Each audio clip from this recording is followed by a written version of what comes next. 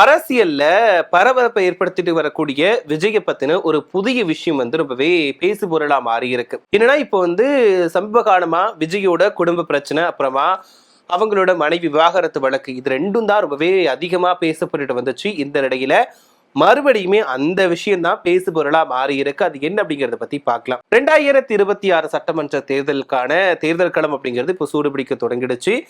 எல்லாருமே வேட்புமனு தாக்கல் செஞ்சுட்டு வந்துட்டு இருக்காங்க. விஜயுமே பெரம்பூர் தொகுதிக்கான வேட்புமனு தாக்கல பண்ணிட்டாரு. இப்போ இந்த விஷயம் தான் ரொம்பவே பேசுபொருளா மாறி இருக்கு. ரொம்பவே ஒரு விவாதத்தை ஏற்படுத்தி இருக்கு கூட சொல்லலாம். இப்போ வேட்புமனு தாக்கல் பண்றப்போ கண்டிப்பா எல்லாருமே தங்களோட சொத்து விவரங்கள் என்ன அப்படிங்கறத தாக்கல் பண்ணணும். விஜயுமே அதே மாதிரி சொத்து விவரங்கள் என்ன அப்படிங்கறத தாக்கல் பண்ணிட்டாரு. அதுல குறிப்பிட்டிருக்கக்கூடிய விஷயங்கள் தான் இப்போ வந்து கொஞ்சம் கேள்வி எழுப்பியிருக்காரு. விஜய் வந்து அதுல என்ன குறிப்பிட்டிருக்காரு அப்படின்னு பார்த்தோம்னா, 400 கோடிக்கும் அதிகமான அசையும் சொத்துக்கள் இருக்கு அப்படின்னு சொல்லிட்டு சொல்லியிருக்காரு. அதே நேரத்துல 100 கோடிக்கும் அதிகமான அசையா சொத்துக்கள் இருக்கு அப்படின்னு சொல்லிட்டு அந்த வேட்புமனு தாக்கல்ல வந்து சொல்லிட்டாரு. இதுல தன்னோட மனைவி சங்கீதா எவ்வளவு சொத்து இருக்கு அப்படின்றத குறிப்பிடுவாரா அப்படின்னு சொல்லிட்டு ஏற்கனவே நிறைய கேள்விகள் எழுந்துச்சு. ஏன்னா இதுக்கு முன்னாடி பார்த்தோம் அப்படின்னா என்ன சொன்னாங்க அப்படின்னா, விஜய் வந்து வேட்புமனு தாக்கல் பண்றப்போ சொத்து விவரங்களை தாக்கல் பண்ணணும். அப்படி தாக்கல் பண்றப்போ வந்து கண்டிப்பா சங்கீதாவோட சொத்து விவரங்கள் என்ன அப்படிங்கறத தாக்கல் பண்ணணும்.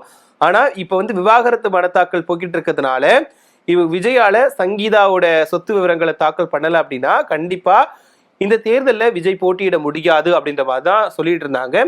ஆனா இந்த தேர்தலுக்கான வேட்புமனு தாக்கலப்போ சங்கீதா கிட்ட என்னென்ன விவரங்கள் என்னென்ன சொத்துக்கள் இருக்கு அப்படின்றத விஜய் தாக்கல் பண்ணிட்டார்.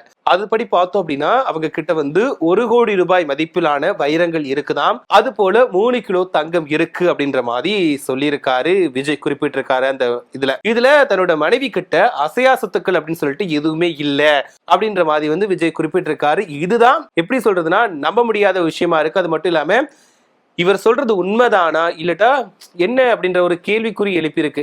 இதுக்கு முன்னாடி சங்கீதா வந்து விவாகரத்து மனு தாக்கல்ல சொல்லியிருந்த விஷயம் வந்து, நான் பொருளாதார ரீதியா வந்து முடக்கப்பட்டிருக்கேன், எனக்கு வந்து விஜய் கிட்ட இருந்து எந்த ஒரு உதவியுமே கிடைக்கிறது இல்லை, வீட்டுல கூட அனுமதிக்க மாட்டாரு அப்படின்ற குற்றச்சாட்டு முன்வைக்கப்பட்ட நேரத்துல எல்லாரும் சொன்ன விஷயம், விஜய் வந்து இவ்வளவு கல்நெஞ்சக்காரரா இருக்கிறாரே அப்படின்னு தான் எல்லாருமே பேசினாங்க.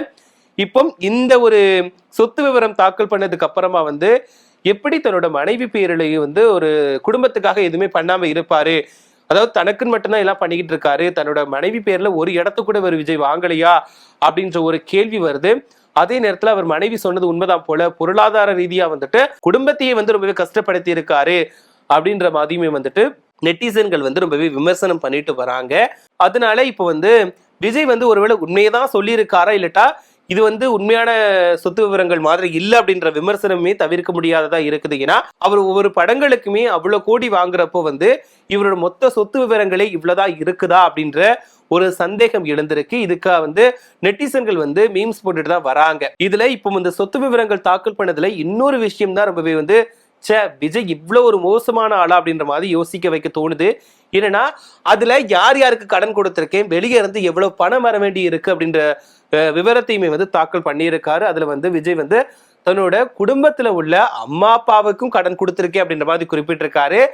அது மட்டும் இல்லாம தன்னோட மனைவிக்கு கடன் கொடுத்திருக்கேன் அப்படின்னு குறிப்பிட்டிருக்காரு.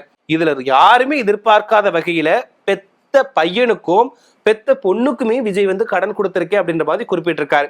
இதனால விஜய் வந்து ஒரு எவ்வளவு கீழ்த்தனமா நடந்துட்டு இருக்காரு, தன்னோட பையனுக்கும் பொண்ணுக்கும் எப்படி கடன் கொடுப்பாரு, இவ்வளவு வந்து எப்படி இப்படி இருக்காரு, தன்னோட பையன் பேருக்கு கடன் கொடுத்திருக்கேன், பொண்ணு பேருக்கு கடன் கொடுத்திருக்கேன் அப்படின்னு சொல்லிட்டு மென்ஷன் பண்ணியிருக்காரு அப்படின்னு சொல்லிட்டு நிறைய பேர் வந்து விஜய்க்கு எதிராக பேசிட்டு வராங்க. என்னன்னா அவர் கடன் கொடுத்ததாவே இருக்கட்டும், ஒருவேளை சங்கீதாவுக்கு ஒருவேளை சொத்து இல்லாதது உண்மையாவே இருக்கட்டும், விஜய் இவ்வளவுதான் சொத்து வச்சிருக்கதா இருக்கட்டும், ஆனா எப்படி தன்னோட மகனுக்கும் மகளுக்குமே இவர் விஜய் வந்து கடன் கொடுப்பாரு, அப்புறம் பெத்த ஒரு தகப்பனா விஜய் வந்து என்ன பண்ணிட்டாரு அந்த குழந்தைகளுக்கு அப்படின்ற ஒரு கேள்வி வந்து கண்டிப்பா முன்வைக்கப்படுது. ஏற்கனவே அவரோட பையனுக்கு வந்து சினிமாவுக்காக எந்த ஒரு வாய்ப்புகளுமே விஜய் வாங்கி கொடுக்கல அப்படின்ற குற்றச்சாட்டு வந்து முன்வைக்கப்பட்டிருக்கு. அப்படி இருக்கக்கூடிய நிலையில தன்னோட பையனுக்குமே விஜய் வந்து கடன் கொடுத்திருக்காரு. அப்ப அந்த கடன் திரும்பி வரப்போகுது அப்படின்னு சொல்லிட்டு இருக்காரு. ஏன்னா ஆரம்பத்துல இருந்து விஜய் வந்து சுயநலவாதி, தான் மட்டும்தான் எல்லாத்துலயும் டாப்ல இருக்கணும்னு நினைப்பாரு அப்படின்ற மாதிரி நிறைய விமர்சனங்கள் வந்துகிட்டு தான் இருக்குது. அதை உறுதிப்படுத்தக்கூடிய வகையில இப்போ இந்த விஷயம் பார்க்கப்படுது அப்படின்னு சொல்லிட்டு நிறைய பேர் சொல்லிட்டு இருக்காங்க. இப்போ அந்த கடன் விவரங்கள் அப்படின்னு எடுத்துக்கிட்டோம் அப்படின்னா யார் யாருக்கு எவ்வளவு கடன் கொடுத்திருக்கு அப்படின்றத குறிப்பிட்டிருக்காரு. என்னன்னா தன்னோட தந்தைக்குமே அவர் 3 கோடி ரூபாய் கடன் கொடுத்திருக்கிறதா குறிப்பிட்டிருக்காரு. இப்ப பார்த்தோம் அப்படின்னா சுனில்ராஜ் அப்படிங்கிறவங்களுக்கு 1 கோடியே 50 லட்சம் ரூபாய் விஜய் கடன் கொடுத்திருக்காராம். அதுக்கப்புறமா என் ஆனந்துக்கு 3 கோடி ரூபாய் கடன் கொடுத்திருக்காரு.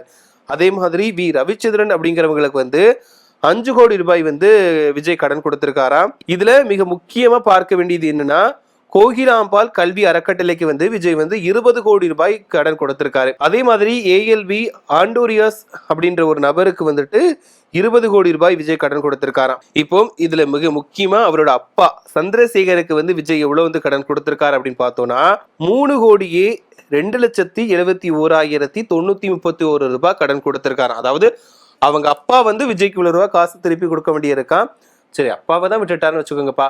பெத்த அம்மாவுக்கும் விஜய் கடன் கொடுத்திருக்காரு. அது எவ்வளவுன்னு பார்த்தோம் அப்படின்னா 8,71,218 ரூபாய். விஜயோட அம்மா சோபா சங்கர் கொடுக்கணுமா, கடன் திருப்பி கொடுக்கணுமா. இதுல தன்னோட மனைவிக்கு விஜய் 12 கோடியே 60,53,615 ரூபாய் கடன் கொடுத்திருக்காராம். சரி, ஓகே, ஒரு பக்கம் பெத்த அம்மாவுக்கும் அப்பாவுக்கும் கடன் கொடுத்துட்டாரு, மனைவிக்கும் கடன் கொடுத்துட்டாரு.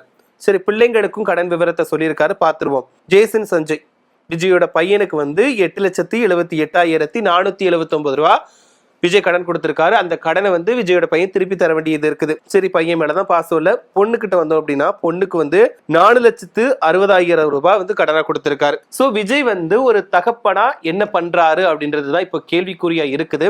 சோ விஜய் மேல விமர்சனங்கள் அப்படிங்கிறது தவிர்க்க முடியாததா இருந்துட்டு தான் இருக்குது. இதுக்கு முன்னாடி பார்த்தோம் அப்படின்னா நிறைய குற்றச்சாட்டுகள் விஜய் மேல இருக்கு. தன்னோட பிள்ளைங்களுக்கு கூட எதுவுமே பண்ண மாட்டாரு, அவங்களோட பொண்ணை பத்தி கண்டுக்க மாட்டாரு, பையனை கண்டுக்க மாட்டாரு அப்படின்லாம் நிறைய விமர்சனங்கள் வந்துச்சு. பட் அதெல்லாம் உண்மை அப்படின்னு நிரூபிக்கக்கூடிய வகையில தான் இந்த சொத்து விவரங்கள் தாக்கல் அப்படிங்கிறது தெரியுது. என்னன்னா யார் யாருக்கும் கடன் கொடுக்கறதுலாம் பெரிய விஷயம் கிடையாது. ஆனா தன்னோட பெத்த பிள்ளைங்களுக்கும் தன்னை பெத்த அம்மா அப்பாவுக்குமே விஜய் கடன் கொடுத்திருக்காரு அப்படின்றதுதான் கொஞ்சம் விவாதத்தை ஏற்படுத்தி இருக்கு. சோ பார்க்கலாம் விஜய் இந்த விமர்சனங்கள் எல்லாம் தாண்டி எப்படி இந்த அரசியல் களத்துல ஜெயிச்சு அவர் ஒரு இடத்துக்கு போக போறாரு அப்படின்றது ஒரு கேள்விக்குறியா இருந்தாலும் அவர் அதுக்கான வேலைகள்ல ஈடுபட்டு தான் வந்துட்டு இருக்காரு. சோ என்ன நடக்க போகுது அப்படிங்கறத பொறுத்து இருந்துதான் பார்க்கணும். சோ இதை பத்தி நீங்க என்ன நினைக்கிறீங்க? அதாவது விஜய் சொத்து விவரங்கள் பத்தி எல்லா டீட்டெயிலும் கொடுத்திருக்காரு. அதுல தன்னோட அம்மா அப்பா, அப்புறம் மனைவி, அப்புறம் பெற்ற மகள் இவங்க எல்லாத்துக்குமே கடன் கொடுத்திருக்க, அவங்க இவ்வளவு ரூபாய் திருப்பி தரணும் அப்படின்ற மாதிரி சொல்லியிருக்காரு.